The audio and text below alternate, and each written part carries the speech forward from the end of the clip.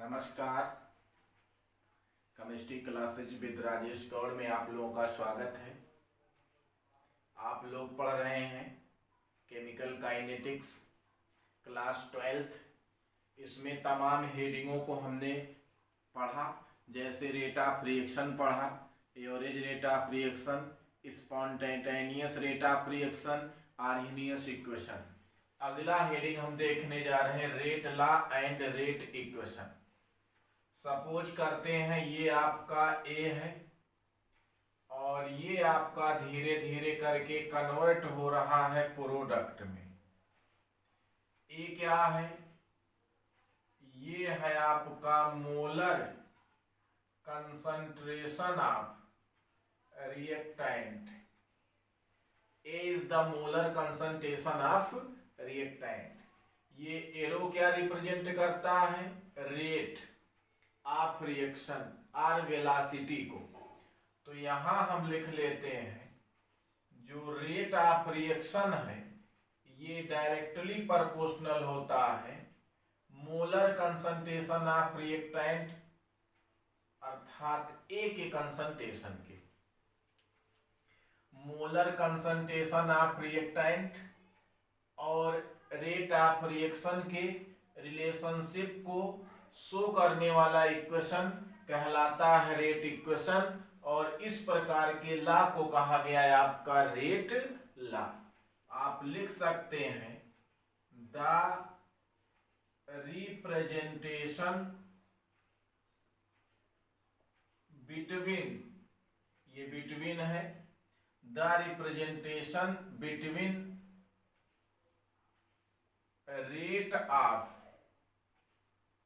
Reaction, ये rate of reaction, the representation between rate of reaction and molar concentration of reactant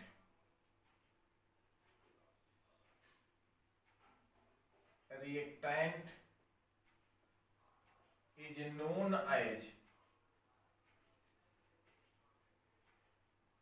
rate law and equation is called rate equation।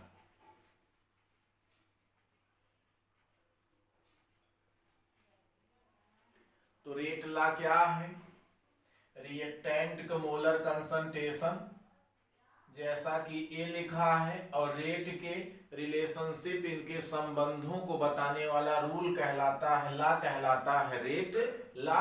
हमने लिख लिया the representation between rate of reaction and molar concentration of reactant is known as rate law and equation is called rate equation.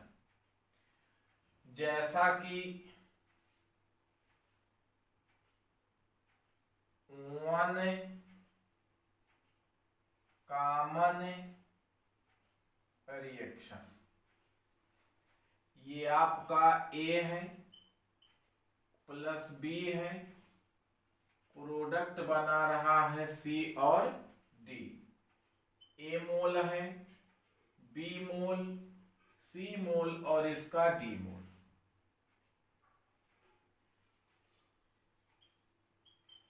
depended on A plus B is equal to C plus D। यहां आप लिख लेते हैं rate is equal to के, ए का concentration power ए, B का concentration power में क्या? बी। यहां चलते हैं, लिख लेते हैं पी क्यू।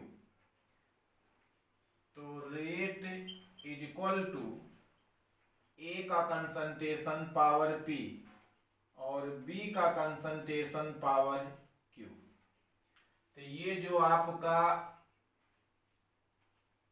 रेट है ये ए और बी मोल पे डिपेंड नहीं करता है, ये डिपेंड करता है पी एंड क्यू मोल पर, या इसी पी और क्यू को कहा जाता है कि ये आपका स्टियोमेट्रिक कांस्टेंट है, तो इसी पर ये डिपेंड करता है। हाँ, ये P और जो Q है, ध्यान देंगे इस बात को, P और Q है, ये A और B के पावर के इक्वल भी हो सकता है और इससे डिफर भी हो सकता है, इस बात को ध्यान देंगे। तो रिएक्शन में जितने मोल रहते हैं, कोई जरूरी नहीं है कि रेट ऑफ रिएक्शन उन्हीं मोलों पर, उन्हीं सिमेट्रिक कांस्टेंटों पर डिपेंड करे, वो P और Q के इक्वल भी हो सकता है और इससे डिफर भी हो सकता है। इसके मेन एग्जाम्पल्स मिल रहे हैं जो हम आगे देखने जा रहे हैं। तो देखा हमने what is the rate law and rate equation, relationship between rate of reaction and molar concentration of reactant is known as rate law and equation is called rate equation. ऐसा ये इक्वेशन है जो रेट को और molar concentration reactant के relationship को show करता है। और हम जानते हैं कि अगर इस चिन्ह को हटा दिया जाए तो आप लिख सकते हो रेट इज इक्वल टू के और ए का concentration, K is equal to velocity constant है। तो इसके एग्जाम्पल्स देखते हैं हम लोग। ये है आपका रेट लॉ, देख सकते हैं आप रेट लॉ के मेनी एग्जाम्पल्स। जैसे हम फर्स्ट लिख लेते हैं H2 और plus I2 is equal to 2HI, ये भी गैस, ये गैस और ये भी गैस। इसके लिए हम निकालते हैं रेट इज इक्वल टू के वेलोसिटी कांस्टेंट, रिएक्टेंट के कंसंट्रेशन को आप लिखेंगे H2 का कंसंट्रेशन इंटू I2 का कंसंट्रेशन। देख सकते हैं आप इसमें कोई मोल नहीं है, नंबर ऑफ मोल 1 है तो पावर भी 1 ही लिखा गया।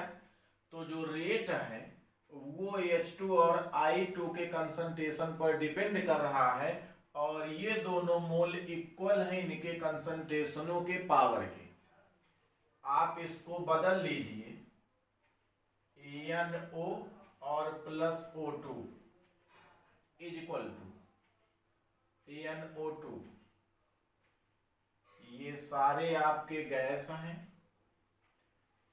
तो इसको बैलेंस कर लीजिए 2 और 2।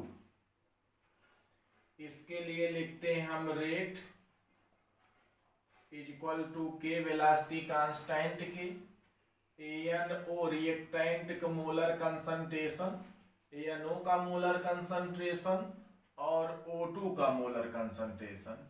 इसके पहले मोल 2 है तो ये कन्वर्ट हो जाता है किसमें, पावर में, इसी पे डिपेंड करता है। और हम जानते हैं कि रेट ऑफ रिएक्शन और रिएक्टेंट के मोलर कंसंट्रेशन के रिलेशनशिप को बताने वाला रूल कहलाता है आपका रेट लॉ। अब यहाँ चलिए, ये आप दोनों इक्वेशन में देखिए, जितने मोल्स हैं उतने पावर भी है।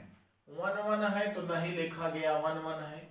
यहाँ नंबर ऑफ मोल से आपका 2 है तो पावर में 2 है, 1 है मोल तो पावर में 1 लिखा नहीं गया। तो इसमें जो मोल है स्टोइकोमेट्रिक कांस्टेंट है वो पावर के इक्वल है। लेकिन यहाँ चलिए, क्लोरोफॉर्म का हम कर रहे हैं क्लोरीन से रिएक्शन, बन रहा है कार्बन टेट्राक्लोराइड और HCl गैस।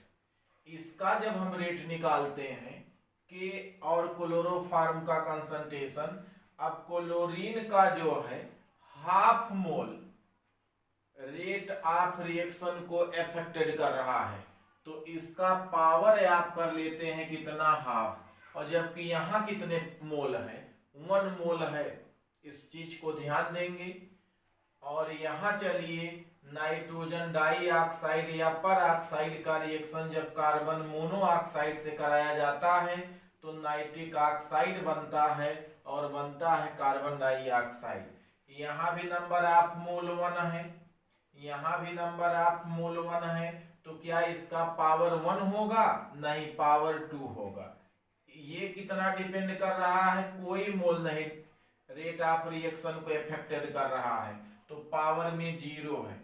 तो हमने बताया कि पावर में P और Q पर डिपेंड करता है, जो AB के इक्वल भी हो सकता है, डिफर भी हो सकता है, इन मोल के इक्वल भी हो सकता है जैसा कि यहाँ लिखा गया है, बट इसमें आपका डिफर भी हो सकता है क्योंकि ये एक्सपेरिमेंटल है, एक्सपेरिमेंटों पर बेस्ड है, नॉट थ्योरेटिकल है।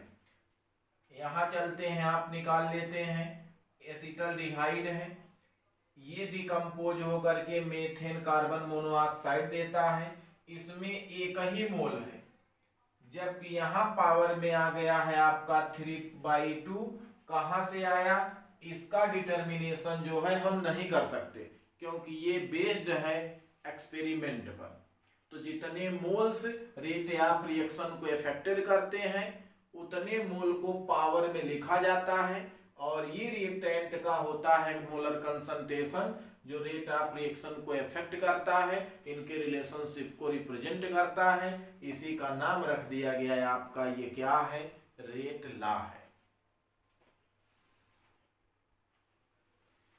अगला हेडिंग है रेट कांस्टेंट, या इसी को कहा जाता है स्पेसिफिक रिएक्शन रेट। तो यहां सपोज करते हैं हम, ये आपका रिएक्टेंट है, ये कन्वर्ट हो रहा है आपका प्रोडक्ट में। Initial mole of reactant is a, converted into product 0 because time is 0, t equal to 0।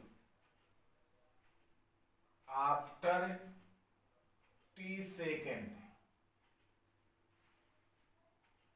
a minus x converted into product x mole. Initial mole of reactant is a, convert हुआ after t second में x में, इसलिए बचा हुआ मोल है a minus x. यहां लिख लेते हैं हम, according to law of mass action,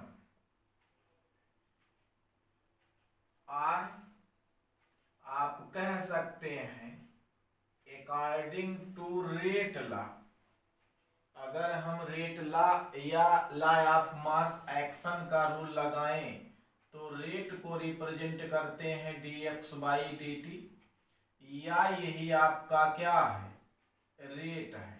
तो चाहे आप रेट कहिए चाहे dx/dt, डायरेक्टली प्रोपोर्शनल होता है मोलर कंसंट्रेशन ऑफ रिएक्टेंट की। इसे आप बराबर कर लीजिए, तो dx/dt is equal to k 1 minus x, जहां k is equal to velocity constant है। यदि आप कह लीजिए a minus x is equal to 1 r unit, then dx by dt is equal to k। ये आ गया है आपको dx by dt is equal to k। देख रहे हैं A है रिएक्टेंट, प्रोडक्ट में कन्वर्ट हो रहा है, इनिशियल कंसंट्रेशन A है, अभी समय कुछ नहीं बीता है तो प्रोडक्ट भी नहीं बनेगा, but after t second x mole convert हो गया प्रोडक्ट में, तो शेष बचा कितना? a minus x। आप लगा दीजिए लॉ ऑफ मास एक्शन का रूल, जो कि बताता है रेट डायरेक्टली प्रोपोर्शनल होता है मोलर कंसंट्रेशन ऑफ रिएक्टेंट के। तो आपका dx/dt equal to k a minus x, जहां के क्या है, वेलोसिटी कांस्टेंट है। यदि इसको हम कर लें यूनिटी इकाई मान लें तो ये आपका dx by d t equal to K होगा। के क्या है, वेलोसिटी कांस्टेंट, या वेलोसिटी कांस्टेंट को दूसरे वर्ड में कहिए यही क्या है, रेट कांस्टेंट है। तो रेट कांस्टेंट जो है ये रेट ऑफ रिएक्शन के बराबर होगा, इक्वल होगा।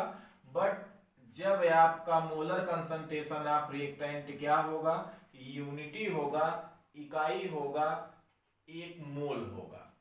तो आप इसकी डिफिनीशन लिख सकते हैं, यहां लिख लेते हैं,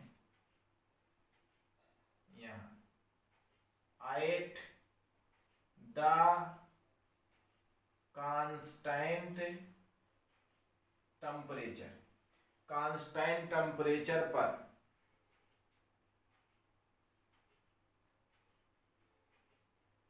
the rate of a reaction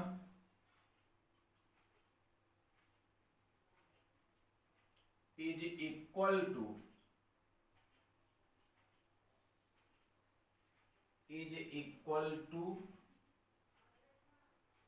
rate of reaction के, आपका velocity constant rate of reaction के क्या है, इक्वल है। कब, at the constant temperature.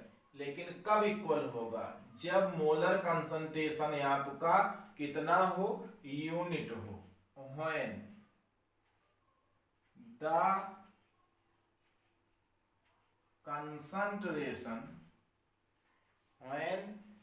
concentration of each reactant is unity, जब आपका रिएक्टेंट का मोलर कंसंट्रेशन कितना होगा, यूनिटी होगा, इकाई होगा, तो उसी पर रेट आपका रेट ऑफ रिएक्शन किसके बराबर होगा, वेलोसिटी कांस्टेंट के या रेट कांस्टेंट के। तो ये रही इसकी डिफिनीशन।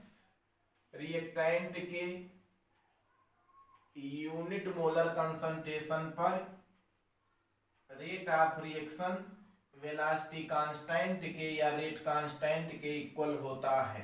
कब, एट द कांस्टेंट टेम्परेचर। यहां चलते हैं हम, इसका निकाल लेते हैं यूनिट। क्या निकाल लें, यूनिट। ये है के इक्वल टू, यहां से निकाल लिया जाए, ये हो गया है आपका के, ये हो गया है आपका रेट। तो ये हो गया rate divided by molar concentration of reactant. तो यहां लिख लेते हैं मोलर कंसंट्रेशन ऑफ रिएक्टेंट। इसको हटा देते हैं तब लिखते हैं।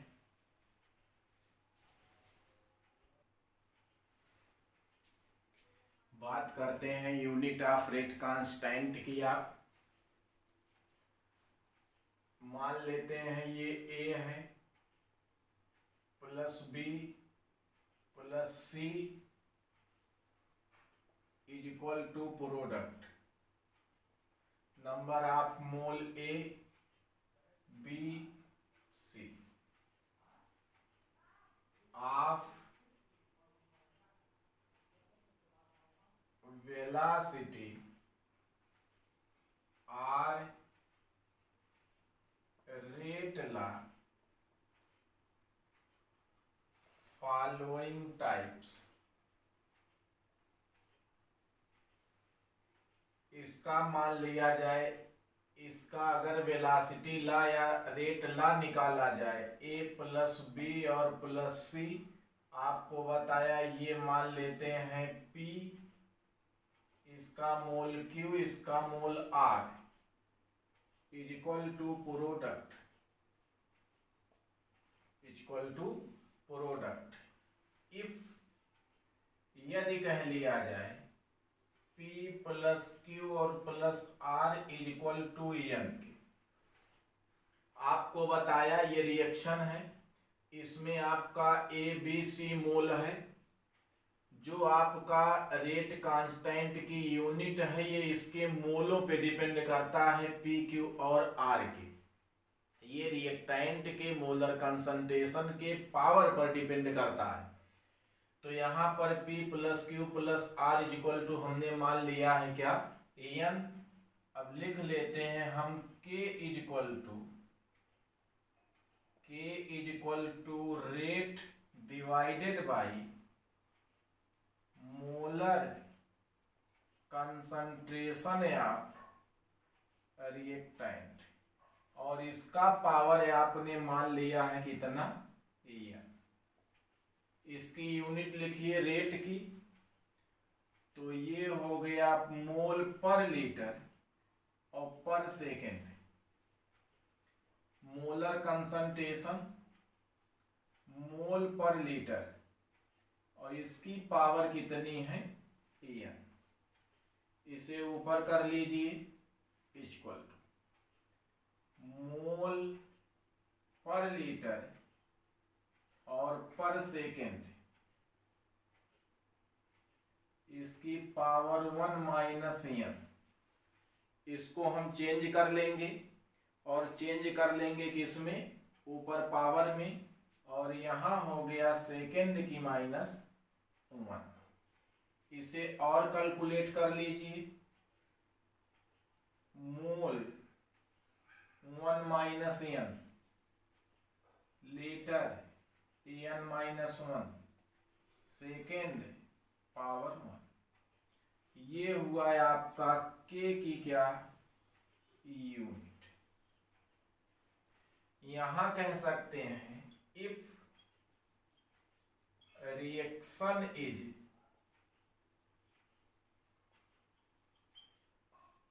gaseous state, then K is equal to atmosphere 1 minus N second की पावर माइनस। ये आ गया है आपका यूनिट ऑफ रेट कांस्टेंट की। तो मिला जुला करके ये आपको याद करना है, ये समझना है कि कैसे आया है, याद नहीं करना है। ये मोस्ट इंपॉर्टेंट है, बहुत पूछा जाता है। इस पे हम n की वैल्यू पुटअप करेंगे और हमारा आ जाएगा क्या, k के लिए यूनिट। तो यूनिट ऑफ रेट कांस्टेंट को रिप्रेजेंट किया जाता है किसके द्वारा, k के द्वारा। ये हमने एक जनरल इक्वेशन लिखा है। हम जानते हैं कि इसका रेट ला इस प्रकार होगा, और यूनिट ऑफ रेट कांस्टेंट इसी के पावर पे डिपेंड करता है, पी क्यू आर पर डिपेंड करता है, मोलर कंसंट्रेशन ऑफ रिएक्टेंट के पावर पर डिपेंड करता है। और हम K की मान लिखें तो हम जानते हैं कि rate divided by molar concentration of reactant, इसलिए कि रेट जो होता है ये इक्वल टू K, और यहाँ है आपका रिएक्टेंट का मोलर कंसंट्रेशन। तो K जब निकालेंगे तो rate divided by molar concentration of N। चूंकि P Q R को हमने क्या मान लिया है, तीनों का योग जो है कॉम्बिनेशन N के इक्वल है, इसलिए पावर में N कर लिया, कैलकुलेट किया, आ गया K equal to mole 1 minus N L N minus 1 और S power minus 1 mole litre और सेकेंड है। समय भी हो सकता है, मिनट घंटा भी हो सकता है। इस प्रकार ये आपका, यदि गैसियस स्टेट में इक्वेशन दिया हो तो जहां मोल पर लीटर है वहां पर क्या लिख लेते हैं, एटमॉस्फेयर लिख लेते हैं, वायुमंडल लिख लिया जाता है। हम लोग देखते हैं characters of rate constant. First character देखते हैं, value of K is constant at the constant temperature, constant temperature पर जो आपकी K की वैल्यू है वो भी होती है constant. Second, increase the rate constant, increase the rate constant with the increase temperature. जैसे जैसे आप टेम्परेचर बढ़ाएंगे वैसे वैसे रेट ऑफ कांस्टेंट की वैल्यू भी इंक्रीज करती है। और अगर इसको आपने कांस्टेंट कर दिया टेम्परेचर तो के की वैल्यू भी क्या हो गई, कांस्टेंट हो गई। Third,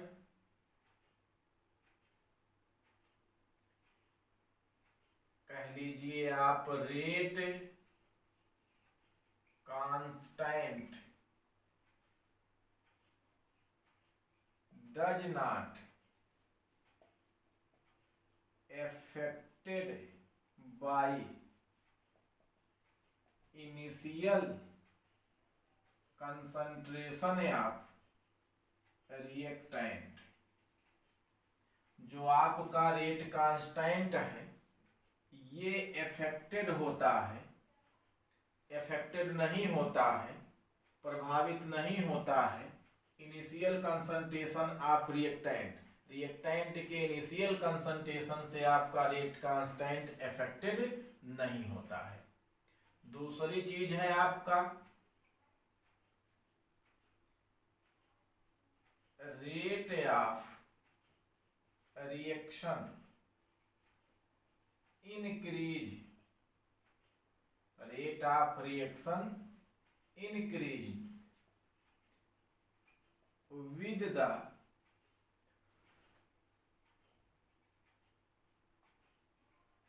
increase the value of K।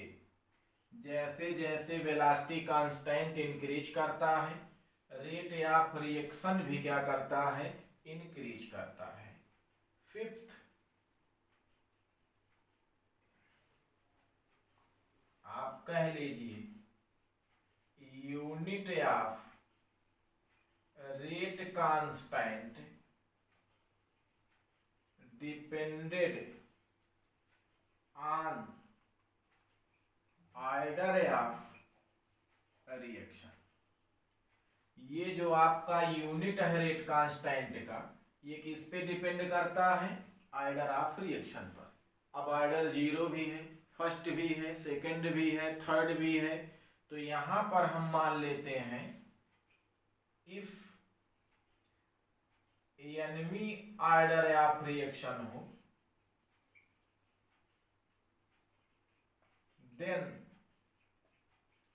Unit of K is, ये आपको मिल रहा है mole litre second, 1 minus N, N minus 1 power minus 1। ये मोस्ट इंपॉर्टेंट है। यह से आपका सेकंड भी हो सकता है, समय भी हो सकता है, मिनट भी हो सकता है, आवर भी हो सकता है, ईयर भी हो सकता है। ये है मोल, ये है लीटर। एन क्या है, number of order. N is equal to आपका क्या है, नंबर ऑफ ऑर्डर है। हमने मान लिया है, सपोज कर लिया एनवी ऑर्डर के लिए हमने लिखा है। तो ये है आपके मेन कैरेक्टरिस्टिक्स रेट कांस्टेंट का, मेन कैरेक्टरिस्टिक्स फीचर्स हैं। जैसे पहला, value of K is constant at the constant temperature. अगर टेम्परेचर कांस्टेंट है तो के की वैल्यू भी कांस्टेंट होगी। अगर इसे बढ़ाएंगे तो ये भी के भी बढ़ेगा आपका। Rate constant does not affected by initial concentration of reactant. ये जो रेट इनिशियल कंसंट्रेशन है रिएक्टेंट का, इस पे रेट कांस्टेंट आपका डिपेंड नहीं रहता है, अफेक्टेड नहीं होता है। रेट ऑफ रिएक्शन इंक्रीज होगा जैसे जैसे बढ़ेगी वैल्यू के की वेलोसिटी कांस्टेंट की। Unit of rate of constant जो है ये डिपेंड होता है, निर्भर होता है ऑर्डर ऑफ रिएक्शन पर। यदि nवीं ऑर्डर के लिए निकाला जाए तो ये रहा है आपका फार्मूला। इससे आएगा unit of order of reaction for zero order reaction, first order reaction, second and third order reaction.